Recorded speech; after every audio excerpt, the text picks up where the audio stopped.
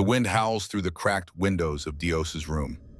Dios, a frail 15-year-old boy, sits on the edge of his bed, staring at the bruises on his arms, a reflection of the abuse he's faced for years. His classmates at school bully him every day, calling him weak and worthless. At home, his adoptive parents treat him with cruelty, pushing him further into isolation. Dios, to himself quietly, Why? Why does it have to be me? I'm not strong. I'm not special. I just want to be loved. I can't take this anymore. The door slams open. His adoptive father, drunk and furious, storms into the room, pulling Dios up by his collar. Dios's adoptive father, yelling at Dios, says, "You're a burden to this house, you useless piece of trash." Dios's body goes limp in his father's grip, but he no longer feels the sting. His body aches too much, his spirit too broken. His only thought is a silent cry, one for help, for someone or something to come and save him. Dios whispering, "Please, anyone, I just want to stop. Stop hurting. Help me." Suddenly the air grows heavy, a dark presence swirling in the room. The shadows stretch, the room growing colder. Dios blinks in confusion, feeling an energy unlike anything he's ever known. His surroundings flicker and warp, and before him, a figure materializes, a Shikigami. The Shikigami stands tall, its form an embodiment of darkness, a glowing, ethereal mask where its face should be. Its voice is deep and reverberating, like 1,000 voices speaking as one. The Shikigami says with his voice like a storm, "I have heard your cries, boy. You are weak, but I can offer you untold power. The power to take control of your life, to never be hurt again. But there is a pod. Each time you use this power, I will take control of your body for 5 minutes." Dios's eyes widen, both fearful and intrigued by the offer.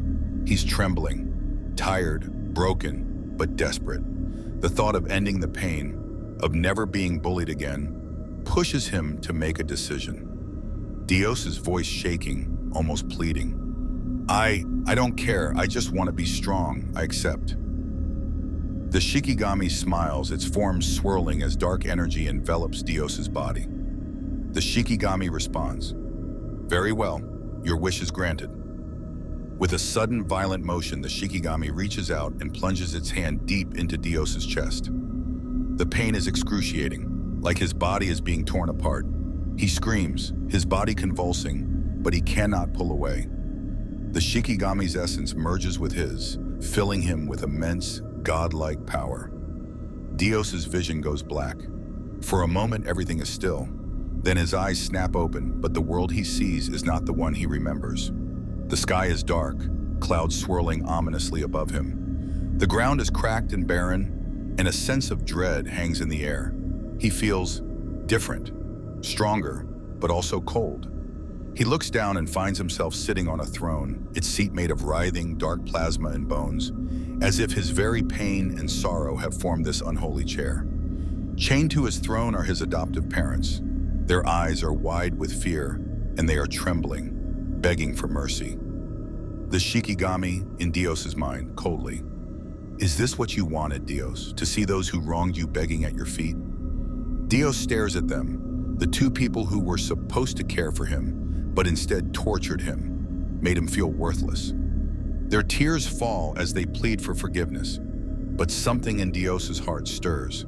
His chest tightens, and the overwhelming desire for vengeance begins to conflict with something else, something softer.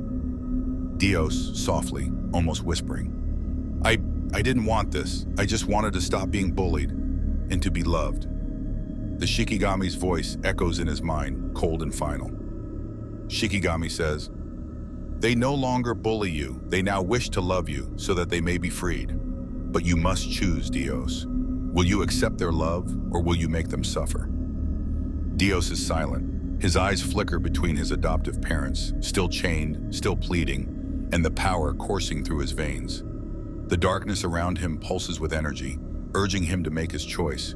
He sits still, conflicted, the weight of his years of suffering bearing down on him. His fists clench, and for a brief moment, he considers ending it all, letting his parents suffer for the years of pain they caused him. But something inside him doesn't want to be that cruel. The idea of love, true love, lingers in his mind, a dream he's long forgotten. Finally, Dios speaks, his voice filled with a quiet resolve. I don't want to be cruel, I just wanted to stop hurting. But I'm not like them. I won't let this power consume me. The Shikigami is silent for a moment before speaking again. The Shikigami bellows. Then you have made your choice, but know this, there is no going back now. The darkness around Dios intensifies, his body rising from the throne as dark energy floods his form. The Shikigami's power surges through him, and in that moment, he becomes something new. Kyorin, the embodiment of divine wrath and unstoppable power. Dios, now Kyorin, raises his arms, his voice booming as he announces his dominion. The reign of Kyorin shall begin. No sorcerer, no mortal shall stand against me. I will shape the world in my image. His gaze turns back to his adoptive parents, still chained to his throne, awaiting his judgment. But Kyorin remains silent, lost in the weight of his decision. Kyorin's voice resonates one final time in their shared mind. Kyorin says with a chilling tone, "Sleep well, Dios, for tomorrow we begin the slaughter." Kyorin's eyes gleam, the darkness swirling around him as his power continues to grow.